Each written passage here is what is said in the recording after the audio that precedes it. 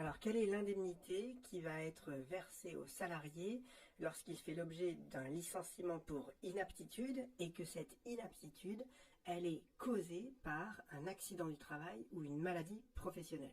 La réponse à cette question, vous la trouvez dans le Code du travail, à l'article 1226-14. Que nous dit cet article? Très simplement qu'il y a un accident du travail, le contrat de travail se trouve suspendu à cause de l'accident du travail. À la fin de la période de la suspension du contrat de travail, le salarié il va aller voir le médecin du travail pour faire les 2 visites de reprise. Le médecin du travail déclare le salarié inapte à travailler dans l'entreprise.